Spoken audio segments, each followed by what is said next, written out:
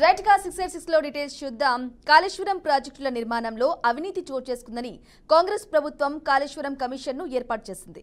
ఇక justice PC Chandra Ghose నేతృత్వంలో Kaleshwaram commission ను ఏర్పాటు చేసిన ప్రభుత్వం ప్రాజెక్టు నిర్మాణ సమయంలో సీఎంగా ఉన్న కేసీఆర్ తో పాటు ఇరిగేషన్ శాఖ మంత్రిగా పనిచేసిన హరీష్ రావు, ఆర్థిక శాఖ మంత్రిగా విధులు నిర్వర్తించిన ఈటెల రాజేందర్లను విచారణకు హాజరు కావాలంటూ కమిషన్ ఇటీవలే వారికి నోటీసులు జారీ చేసింది. ఇక ఈ నేపథ్యంలోనే జూన్ 5న కేసీఆర్ కమిషన్ ఎదుట విచారణకు హాజరు కావాల్సి ఉండగా తాను జూన్ 5న విచారణకు హాజరు కాలేనని, జూన్ 11వ తేదీన తప్పక హాజరవుతానంటూ తాజాగా కేసీఆర్ కమిషన్ కు సమాచారం అందించారు. ఇక కేసీఆర్ అభ్యర్థనను పరిగణలోకి తీసుకున్న కమిషన్ ఇందుకు అంగీకరించింది. దీంతో కేసీఆర్ జూన్ 11న కమిషన్ ముందుకు హాజరు కానున్నారు. ఇక ఇదే విషయానికి సంబంధించి తాజా అప్డేట్ అందించడానికి మా ప్రతినిధి నాయుడు అందిస్తారు. నాయుడు,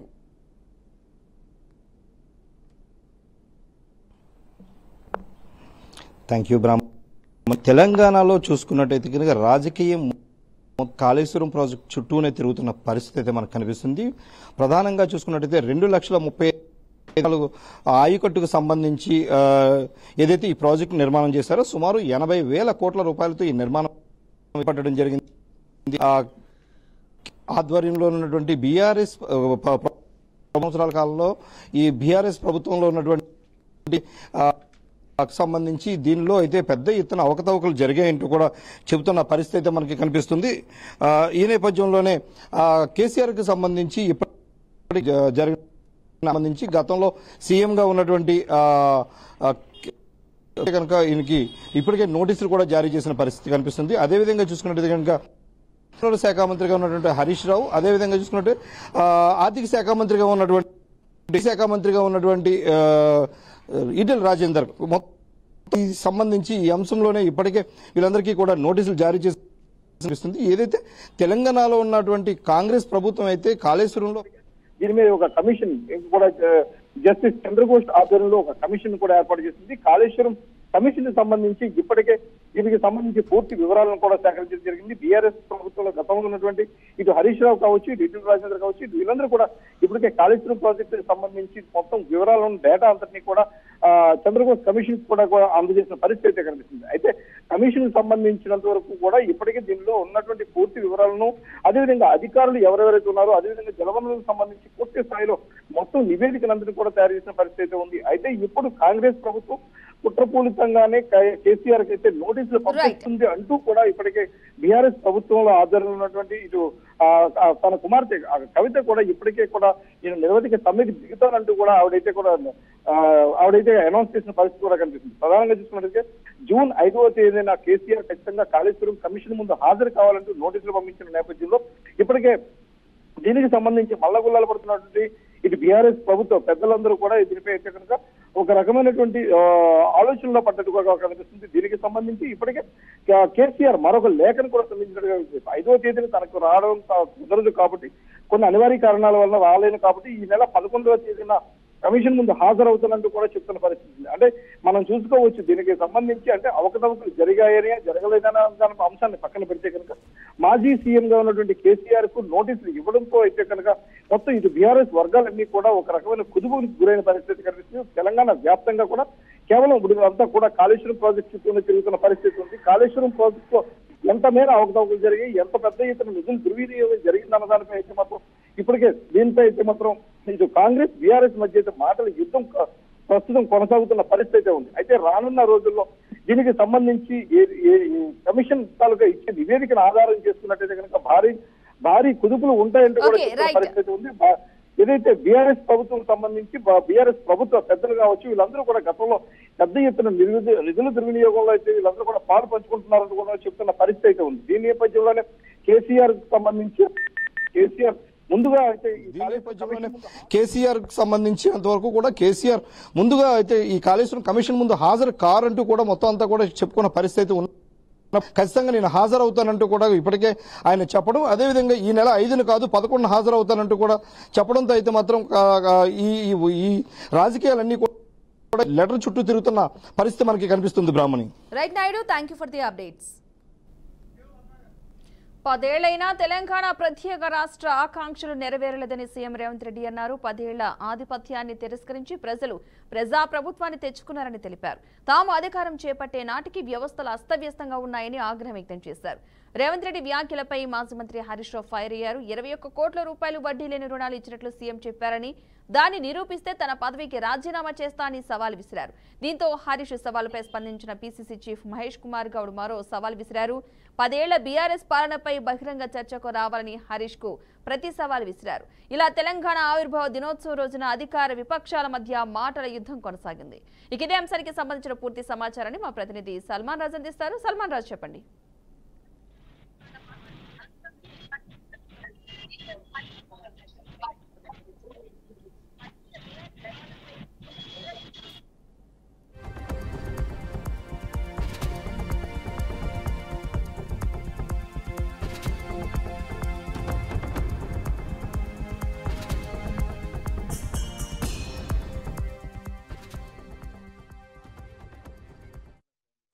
వేల కోట్లతోటి మహిళలకు 0% తోటి రుణాలు ఇచ్చారని చెప్తూనే ఒక పక్క ఇదే సవాల్ చేస్తూ హరీష్ రావు సంచలన వ్యాఖ్యలు అయితే చేశారు. ఖచ్చితంగా కాంగ్రెస్ పార్టీ 21,000 కోట్ల రుణాలు మహిళలకు ఇచ్చినట్లు నిరూపిస్తే నా యొక్క ఎమ్మెల్యే పదవికి రాజీనామా చేస్తానైతే ఒక సంచలన వ్యాఖ్యలు చేశారు. సీఎం రేవంత్ రెడ్డికి సవాల్ విసిరానని చెప్పొచ్చు. ఖచ్చితంగా చూసుకున్నట్లయితే ఈ యొక్క తెలంగాణ ఆవిర్భావం మనం జరుపుకుంటున్నామంటే అది కేసీఆర్ ప్రాముఖ్యతే. కేసీఆర్ చేయడం వల్లనే ప్రత్యేక తెలంగాణ రాష్ట్రం వచ్చిందని హరీష్ రావు చెప్పారు. ఈ రోజున మనం ఈ యొక్క ఆవిర్భావ వేడుకలు జరుపుకుంటున్నామంటే అది కేసీఆర్ ఘనతే అని చెప్పారు. ఖచ్చితంగా ఈ యొక్క కాంగ్రెస్ పార్టీ కూడా చెప్తుంది, ఖచ్చితంగా సోనియా గాంధీ తెలంగాణ రాష్ట్రం ఇవ్వడం వల్లనే దానికి తెలంగాణ రాష్ట్రానికి 2 దఫాలుగా ముఖ్యమంత్రిగా అనుభవించాడు. కాంగ్రెస్ పార్టీని ఇది ఖచ్చితంగా అది ఒకవేళ ఇవ్వలేదనుకో ఈ రోజు కేసీఆర్ గనక అయ్యే అవకాశమే ఉండకపోవచ్చు అని కాంగ్రెస్ పార్టీ కూడా ఒక పక్క ఆరోపిస్తుంది, ఒక పక్క చెప్తూనే ఉంది. ఖచ్చితంగా ఈ యొక్క హరీష్ రావు చేసిన వ్యాఖ్యలను టీపీసీసీ అధ్యక్షుడు మహేష్ కుమార్ గౌడ్ కూడా దాన్ని ఖండించారు. ఖచ్చితంగా ఇది మీరు ఏం మాట్లాడుతున్నారో ఖచ్చితంగా మీకు తెలియకుండా మాట్లాడుతున్నారని కొంత ఎద్దేవా చేశారు. హరీష్ రావు, కవిత మీరు నలుగురు చేపట్టి పార్టీ నాశనం అయిందని ఒక పక్క ఆ కుటుంబ పాలనగా వ్యవహరిస్తున్నారని ప్రతిపక్ష పార్టీలు బీజేపీ లేకుంటే ఇతర పార్టీలు కూడా విమర్శిస్తున్నాయి. ఖచ్చితంగా రాబోయే ఎన్నికల్లో బీఆర్ఎస్ ఒంటరిగానే పోటీ చేస్తుందని చెప్పగానే చెప్పారు. అంటే దీన్ని బట్టి చూస్తే కవిత చేసిన ఆరోపణలో నిజం లేదని ఒక పక్క కవితను ఇది టార్గెట్ చేసి కూడా హరీష్ రావు మాటల్లో మనకు స్పష్టంగా కనపడుతుంది. ఎందుకంటే కవిత ఏం మాట్లాడింది, బీఆర్ఎస్ పార్టీని బీజేపీలో విలీనం చేసేందుకు నేను జైల్లో ఉన్నప్పుడు నా దగ్గరికి ప్రతిపాదన చేశారు, దాన్ని నేను వ్యతిరేకించానని కవిత కరాఖండిగా మీడియా ముందు చెప్పేసింది. ఇదే మాటలను హరీష్ రావు ఇప్పుడు ఖచ్చితంగా రాబోయే ఎన్నికల్లో బీజేపీ తోటి పొత్తు పెట్టుకోదు, లేదా ఏ ఇతర పార్టీతో కూడా పొత్తు పెట్టుకోదు, ఖచ్చితంగా హరీష్ రావు చెప్పాడు. ఖచ్చితంగా చూసినట్లయితే రేవంత్ రెడ్డి చంద్రబాబుకు తొత్తులుగా వ్యవహరిస్తున్నారు, రాష్ట్రాన్ని తాకట్టుగా పెడుతున్నాడు. ఆంధ్రప్రదేశ్ రాష్ట్ర ప్రభుత్వము గోదావరిపై బనకచర్ల ప్రాజెక్టు నిర్మాణం చేస్తుంటే దీన్ని అడ్డుకోకుండా కామ్గా ఊకుంటారు. ఖచ్చితంగా దీనికి సమాధానం బీజేపీ ఎంపీ కూడా చెప్పాలి. బనకచర్ల ప్రాజెక్టు ఎందుకు నిర్మిస్తున్నారు, దాన్ని ఖచ్చితంగా కేంద్రానికి సంబంధించిన కేంద్ర ప్రభుత్వము లేదా ఇక్కడ తెలంగాణ రాష్ట్రానికి సంబంధించిన ఎంపీలు కూడా మాట్లాడాలని ఒక పక్క హరీష్ రావు చెప్పగానే చెప్పారు. ఖచ్చితంగా రేవంత్ రెడ్డి చంద్రబాబుకు తొత్తులుగా వ్యవహరిస్తున్నారు, రాష్ట్ర ప్రభుత్వాన్ని తాకట్టు పెడుతున్నాడు అనేది విమర్శిస్తున్నారు. ఖచ్చితంగా మేము సుప్రీంకోర్టుకి వెళ్ళి దాన్ని సవాల్ చేస్తూ బనకచర్ల ప్రాజెక్టును ఆపడానికి మేము సుప్రీంకోర్టుకు వెళ్తామని హరీష్ రావు సవాల్ అయితే కాంగ్రెస్ ప్రభుత్వానికి రేవంత్ రెడ్డికి ఒక సవాల్ అయితే విసిరారు. Right, thank you Salman Raju. Kurnool జిల్లా 4వ పట్టణ police station CI Madhusudan Goud, head constable రవికుమార్లు లంచం తీసుకుంటూ ఏసీబీ అధికారుల చేతికి పట్టుబడ్డారు. బాధితుడు రఘు నుండి 80,000 రూపాయలు లంచం తీసుకుంటుండగా ఏసీబీ అధికారులు వారిని రెడ్ హ్యాండెడ్ గా పట్టుకున్నారు. ఒక కేసుకు సంబంధించి సీఐ మధుసూదన్ గౌడ్ ₹1,00,000 డిమాండ్ చేసినట్లు బాధితుడు ఆరోపించాడు. ఏసీబీ అధికారులు సీఐ మధుసూదన్ గౌడ్ నివాసంలో సోదాలు నిర్వహించగా కీలకమైన పత్రాలు స్వాధీనం చేసుకున్నట్లు సమాచారం. ఇద్దరు అధికారులను అదుపులోకి తీసుకొని విచారణ జరుపుతున్నారు. ఈ ఘటన జిల్లాలోని అవినీతి పోలీస్ అధికారుల్లో భయాందోళనలను రేకెత్తిస్తోంది. ఏసీబీ దాడులు జిల్లాలో అవినీతికి వ్యతిరేకంగా కఠిన చర్యలను సూచిస్తున్నాయి. పోలీసులు కేసు నమోదు చేసి విచారణను కొనసాగిస్తున్నారు. ఇక ఇదే అంశంపై మరింత సమాచారాన్ని మా ప్రతినిధి బసవరాజ్ అందిస్తారు. బసవరాజ్.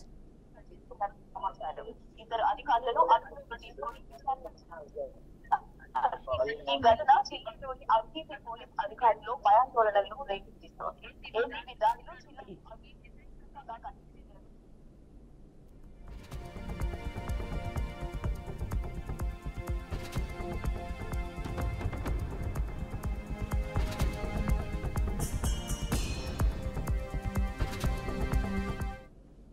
అంటే పోలీస్ శాఖలు అయితే ఒక రకమైన కలకలం రేగిందని చెప్పి అంటే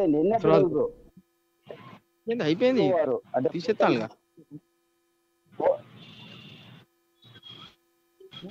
నిన్నటి రోజు ఏదైతే ఏసీబీ వాళ్ళు ఫోటోన్ పోలీస్ స్టేషన్ అంటే సిఐ మధుసూదన్ గౌడ్ అదేవిధంగా ఎడతరి సభ్యుడు రవికుమార్ ను రెడ్ హ్యాండెడ్ గా పట్టుకున్న పరిస్థితి. అంటే ఈ నేపథ్యంలో నిన్న రాత్రి రిమాండ్ తరలిస్తారన్న ఒక వార్త అయితే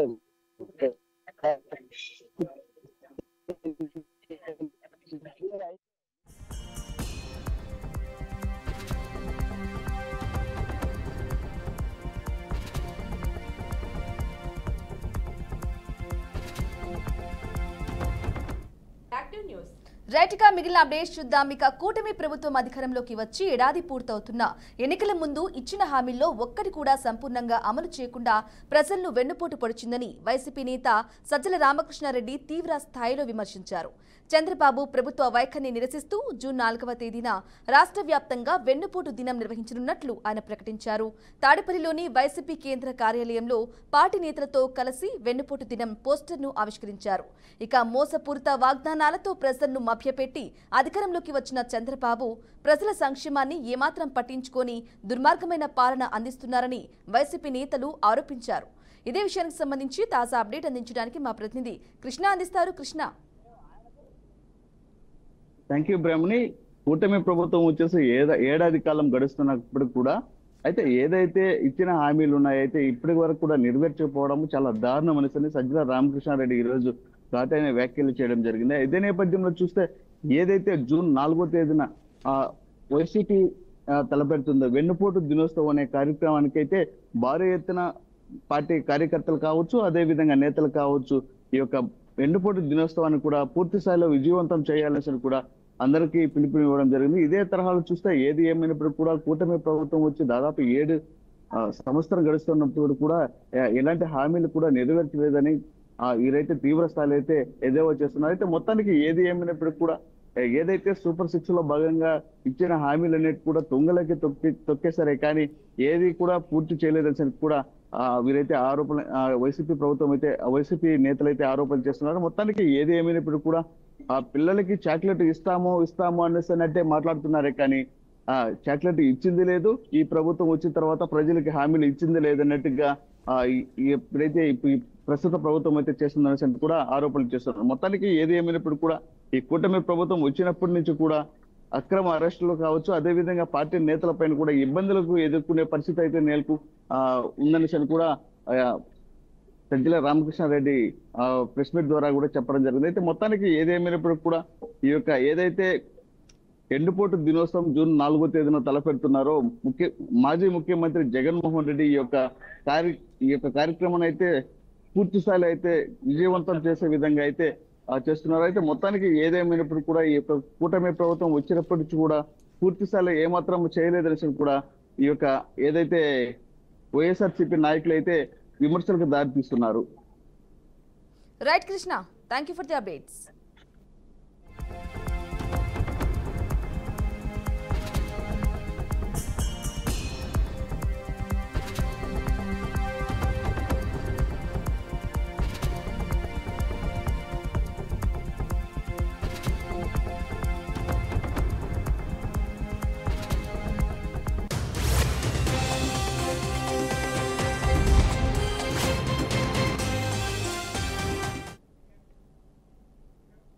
తెనాలి ఘటనపై హోంమంత్రి అనిత సంచలన వ్యాఖ్యలు చేశారు.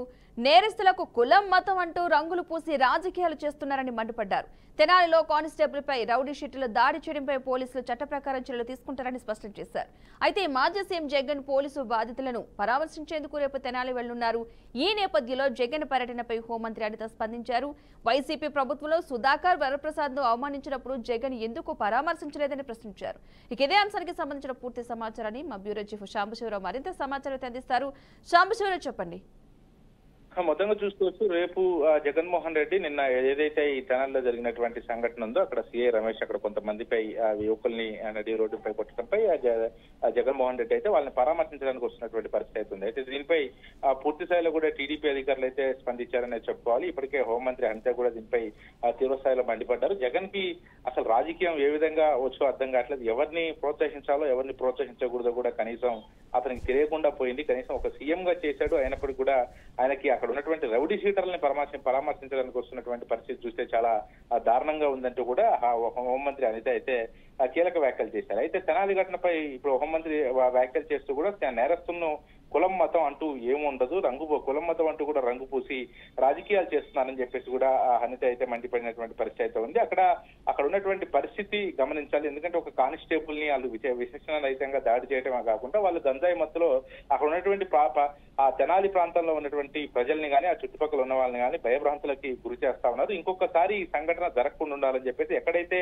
ఈ సంఘటన జరిగిన చోట అక్కడ వాళ్ళని శిక్షించడం జరిగింది తప్పితే ఆ శిక్షించేటప్పుడు కులం మతం ఏమి చూడలేదని చెప్పేసి కూడా అనిత చెప్పడం జరిగింది. అయితే ఇప్పటికే గతంలో మరి వైసీపీ హయాంలో నేరుగా ఒక మంచి అధికార స్థానంలో ఉండి కూడా మంచి చేయడానికి వెళ్ళిన వ్యక్తులకు ఎంతో అన్యాయం జరిగింది. ఒక పక్క ఒక ప్రజాప్రతినిధి ఒక అతన్ని హత్య చేసి డోర్ డెలివరీ చేస్తే అప్పుడు ఏం చేశారు జగన్మోహన్ రెడ్డి అంటూ కూడా మండిపడినటువంటి పరిస్థితి అయితే ఉందని చెప్పుకోవాలి. మరి రేపు జగన్మోహన్ రెడ్డి తెనాలి వస్తున్నటువంటి నేపథ్యంలో కొంత ఉద్రిక్త వాతావరణం నెలకొనడమే కాకుండా అక్కడ తీవ్ర స్థాయిలో కూడా విమర్శలు వ్యక్తం చేస్తున్నటువంటి పరిస్థితి అయితే ఉంది. మరి అక్కడ ఇప్పుడు ఒక నేరస్తుడికి కులం మతం చూడాల్సిన అవసరం ఉండదు కదా. నేరం చేసిన వారిపై ఖచ్చితంగా కూడా చట్ట ప్రకారం చర్యలు తీసుకోవాలని చెప్పేసి ఒక పక్క టీడీపీ వారిని ప్రోత్సహించడం మాత్రం జగన్మోహన్ రెడ్డికి తగినటువంటి భావ్యం కాదు.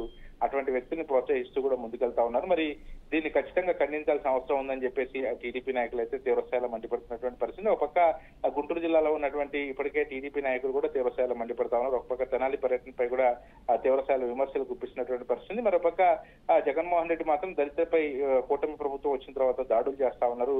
దీన్ని ఎట్టి పరిస్థితులు కూడా ఖండించవద్దు. ఒకవేళ వాళ్ళు తప్పు చేసి ఉంటే వాళ్ళని బహిరంగంగా ఆ రకంగా దళితులను కూడా చూడకుండా ఈ రకంగా శిక్షించడం ఎంతవరకు సమంజసం అని చెప్పేసి జగన్మోహన్ రెడ్డి అదేవిధంగా వైసీపీ నాయకులు అయితే ఆరోపిస్తున్నటువంటి పరిస్థితి అయితే ఉంది. మరి ఈ నేపథ్యంలోనే ప్రస్తుతం మరి ఇప్పుడు రేపు జగన్మోహన్ రెడ్డి ఇక్కడికి వస్తున్నటువంటి నేపథ్యంలో పూర్తిసారి కూడా పోలీసులు కూడా ఎక్కడికక్కడ అలర్ట్ అయినటువంటి పరిస్థితి ఉంది. పర్మిషన్ లేదు, అక్కడ ఎటువంటి అవాంఛనీయ సంఘటనలు జరగవద్దు, అటువంటి ఎక్కడ కూడా మత కులాలు రెచ్చగొట్టే ప్రసంగాలు కూడా చేయకూడదని చెప్పేసి ఇప్పటికే పోలీసులు చెప్తున్నటువంటి పరిస్థితి. ఒక పక్క హోంమంత్రి మరొక టీడీపీ నాయకులు అయితే జగన్ పర్యటనపై తీవ్రంగా విమర్శలు వ్యక్తం చేస్తున్నటువంటి పరిస్థితి అని చెప్పుకోవచ్చు.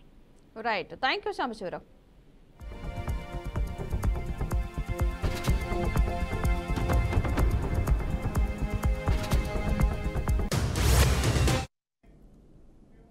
తెలంగాణ కాంగ్రెస్ లో పదవుల కోసం లాబియింగ్ మొదలు పెట్టారు పార్టీ నేతలు. తెలంగాణ ఇన్ఛార్జ్ మీనాక్షి నటరాజన్తో పార్టీ నేతలు వరుస భేటీలు నిర్వహిస్తున్నారు. ఈ నేపథ్యంలో ఇటీవలే ఎమ్మెల్సీలుగా ఎన్నికైన విజయశాంతి, అద్దంకి దయాకర్ కూడా మంత్రి పదవిని ఆశిస్తున్నట్లు సమాచారం. త్వరలో మంత్రివర్గం విస్తరణ జరిగే అవకాశం ఉండడంతో విజయశాంతి, అద్దంకి దయాకర్ వేర్వేరుగా నటరాజన్, మీనాక్షితో సమావేశమయ్యారు. బీసీ కోటాలో తమకు మంత్రి పదవి ఇవ్వండి అంటూ మీనాక్షి నటరాజన్ వద్ద విజయశాంతి చర్చించినట్లు సమాచారం. ఎస్సీ కోటాలో అద్దంకి దయాకర్ కూడా మంత్రి పదవి ఆశిస్తున్నారని పార్టీ వర్గాల్లో చర్చ జరుగుతోంది.